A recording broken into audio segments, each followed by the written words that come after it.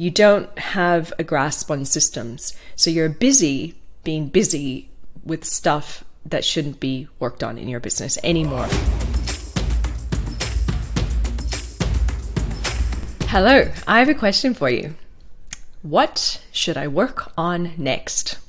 Seems to be the question that most of us who are overwhelmed and busied out in our businesses ask. What should I do next? Welcome to episode 2. That's what we're going to cover.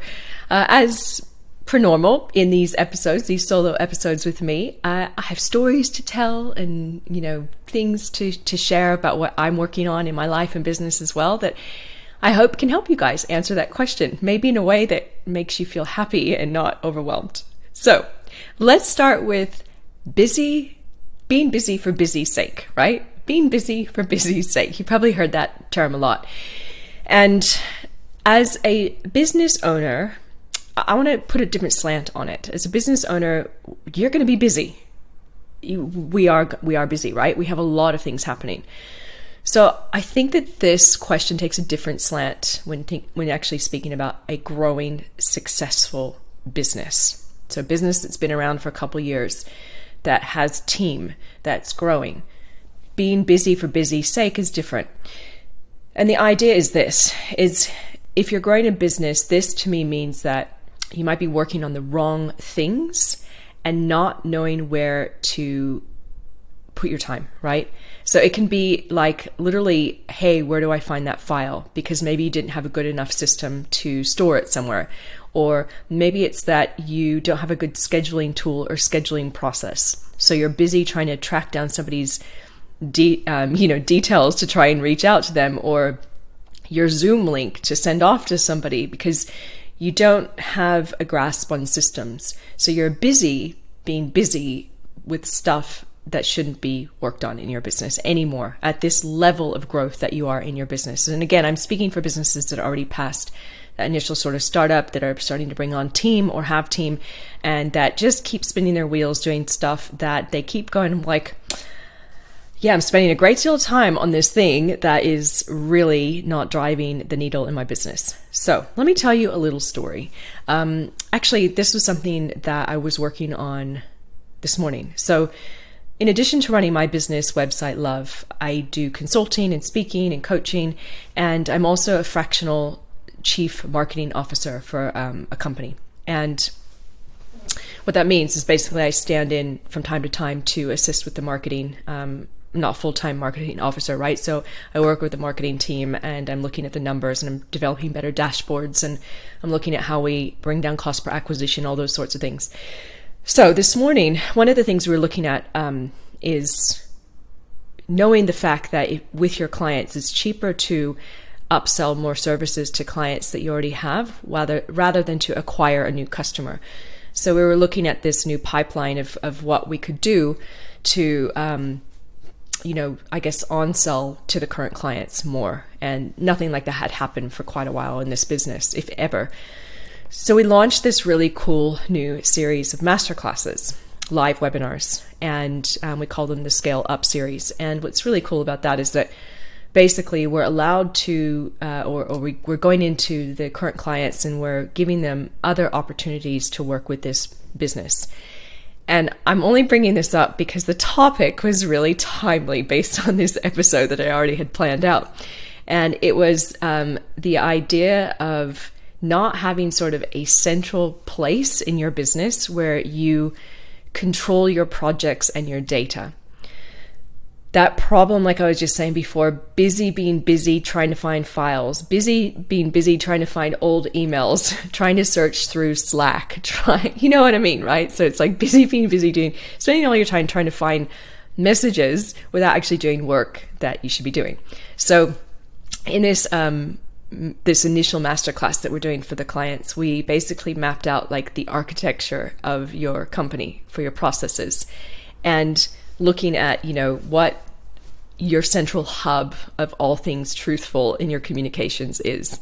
And this could be, for most of us, a project management tool. So we're talking a bit about, project management tools. And in this case, we're talking about Asana. I use Asana actually too. And there's Trello, there's Monday.com, there's a lot out there. But really talking about the importance of not only having something like this, a project management tool, but using it properly as well. So we're going into examples of, why you would want a tool like this and how you would use it to help you grow your business, to help you focus on the things that matter to you most. And it was great because it was a good reminder to me as well about revisiting the systems that you have and also making sure that your team's on board with that, because that will help you actually work on things that are more important for your business, but also remove overwhelm. I don't know about you guys, but there was a time when my storage, like my actual folders, my storage would be in my emails. Like I still have folders in my emails, my inbox, but I'd store everything in there. Embarrassingly enough, I had everything on the hard drive of my computer. I'll talk about what I've done in my business coming up shortly and what we are using now to save time. But man, those were the days. And like literally I would go and open my Zoom, and every single time I'd book a call with somebody, I'd be having to go into my Zoom because I didn't take the time to save my Zoom link, meeting room link, somewhere where I could just easily copy and paste it. So there's all these like being busy things. Like you just, for some reason we get blocks and we're like, oh, it's just what I've always done, or oh, it's all too hard to set up a system, so I'm just going to keep wasting an extra minute or two doing this thing that makes no sense, right? So it was a really great sort of moment today to help me solidify this episode and the importance of talking through the concept of not really knowing what to look at in your business, like what to study, what to review, where to find your files, all that sort of stuff. Having a central architecture, a central place in your business where everything exists, where you can actually get on with it, so to speak. So I want to talk to you about my business and what we use in my business. And then I actually want to also share with you about a simple system that I set up for a charity that I'm a part of as well, because I think between the two, maybe it will get you thinking about the simplicity of setting up systems as well as maybe just a nice time to revisit what you're using in your business. So for my business, Website Love, we also use Asana, just like what I was talking about in the masterclass we were doing, the Scale Up series, where we were teaching, those business owners the importance of it and using it. I use it too. I could use it better. Everyone can always improve things, right, in their business, but I use that. So basically in there I have so we build websites as one of the different things that we do in our business, and we have website templates. So every time we have a new client that comes on board, we load in the pre-built template to save huge amounts of time.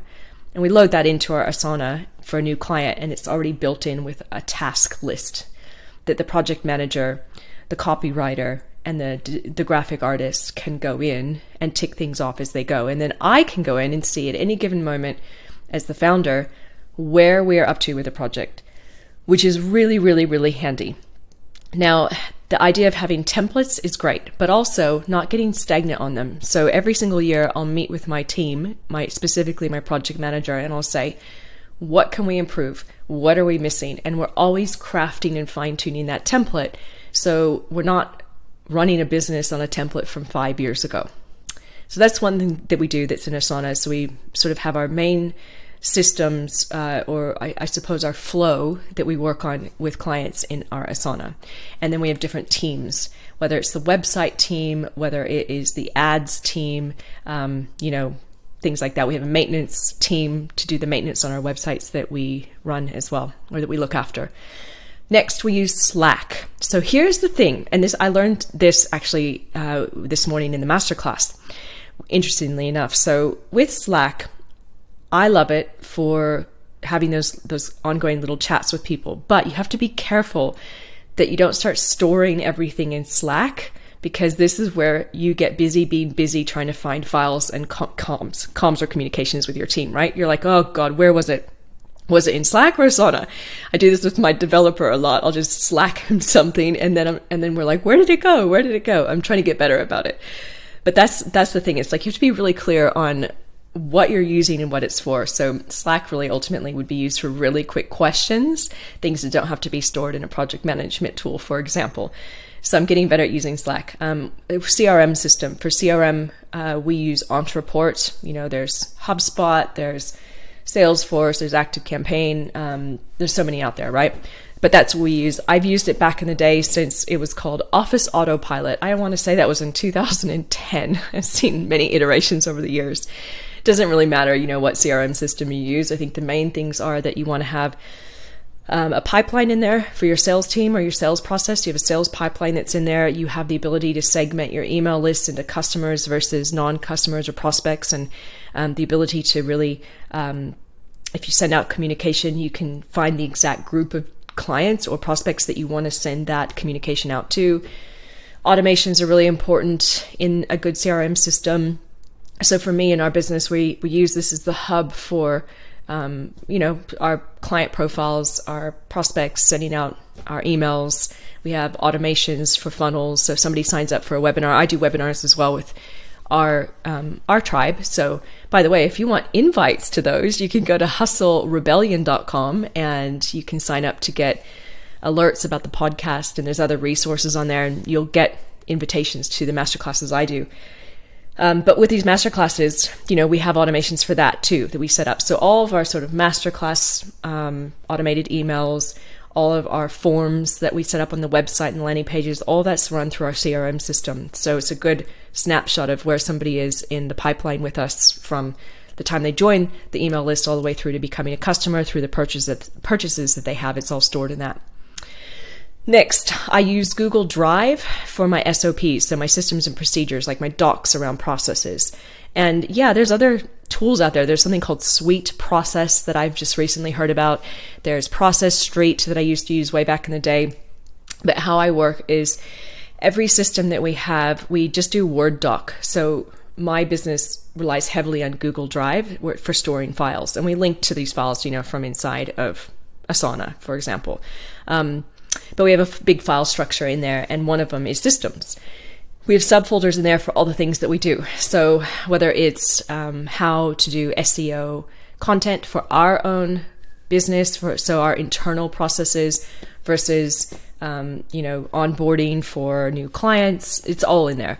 And how we work this is that whenever we need a new system, is I will actually give the basics to our project manager, and then I'll get or my assistant, and I'll get him or her to actually create the document, and we'll do some Loom videos in there, some little recording videos.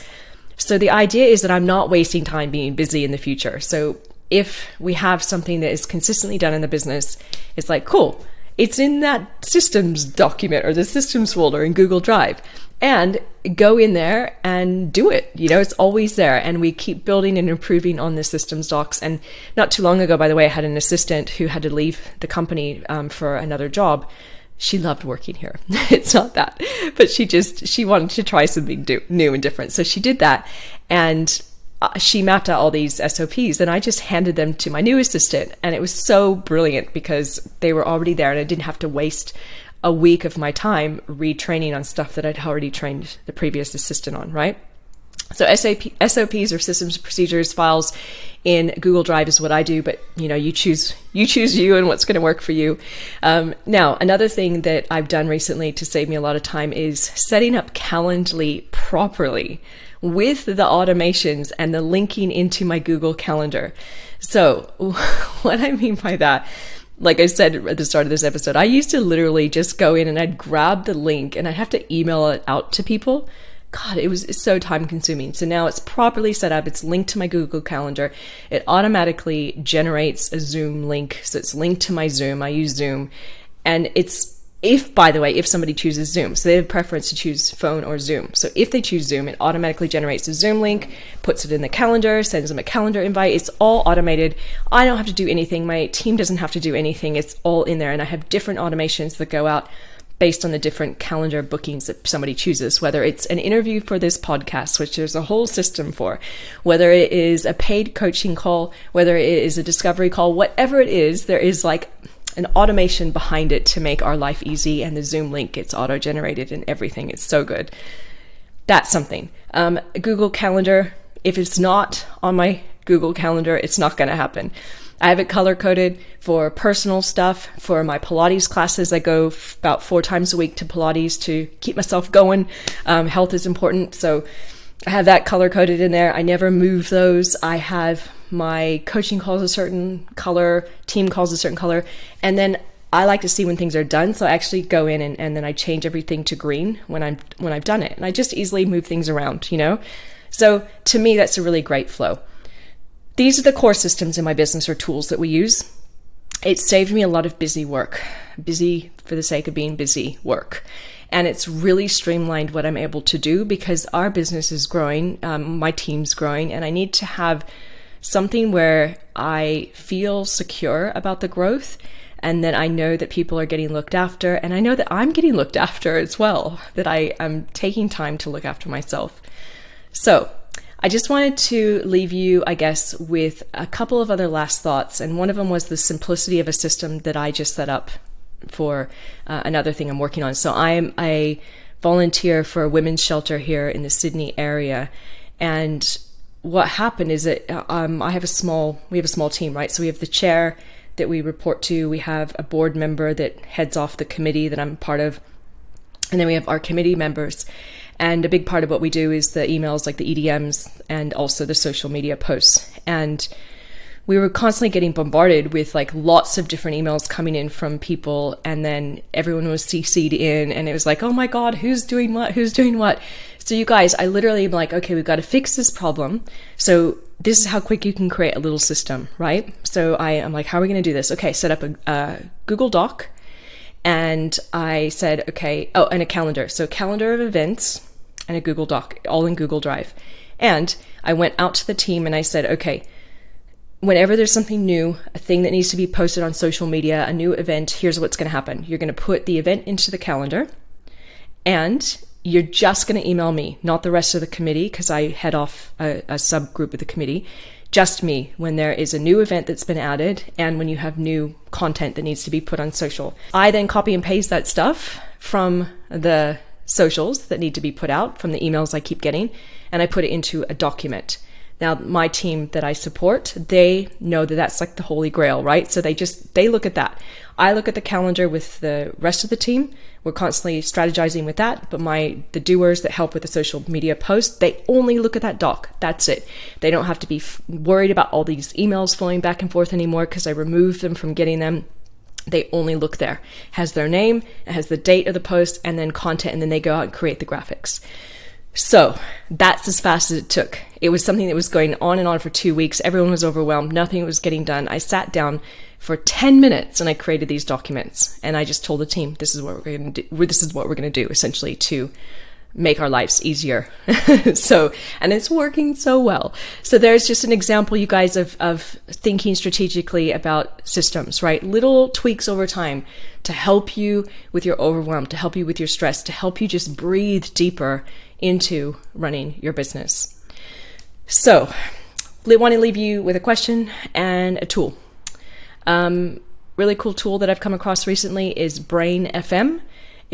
I use it for the focus mode. It's like scientifically proven music for helping your brainwaves.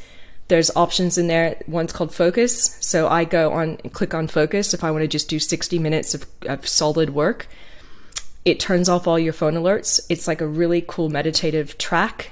I'm not good listening to music and doing work, but this is different. It plugs like right brainwaves into my brain, and then I can sit there and for 60 minutes be really focused on something I want to get done. So Brain FM is a really cool tool. And I want to leave you with a question as well. If you were trying to bring more joy into your week ahead,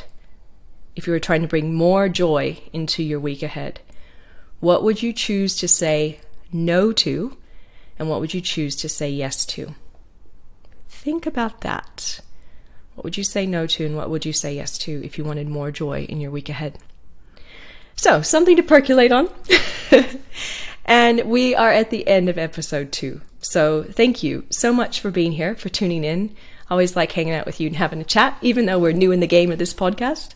And look, if you like this episode, let other people know. And also come on over to hustlerebellion.com. That's where we have the additional resources and things that we talk about in these shows. So that's it for this time. Until next time, enjoy your week ahead, and also be thinking about that question. Hopefully it's a little bit more joyful. Talk soon.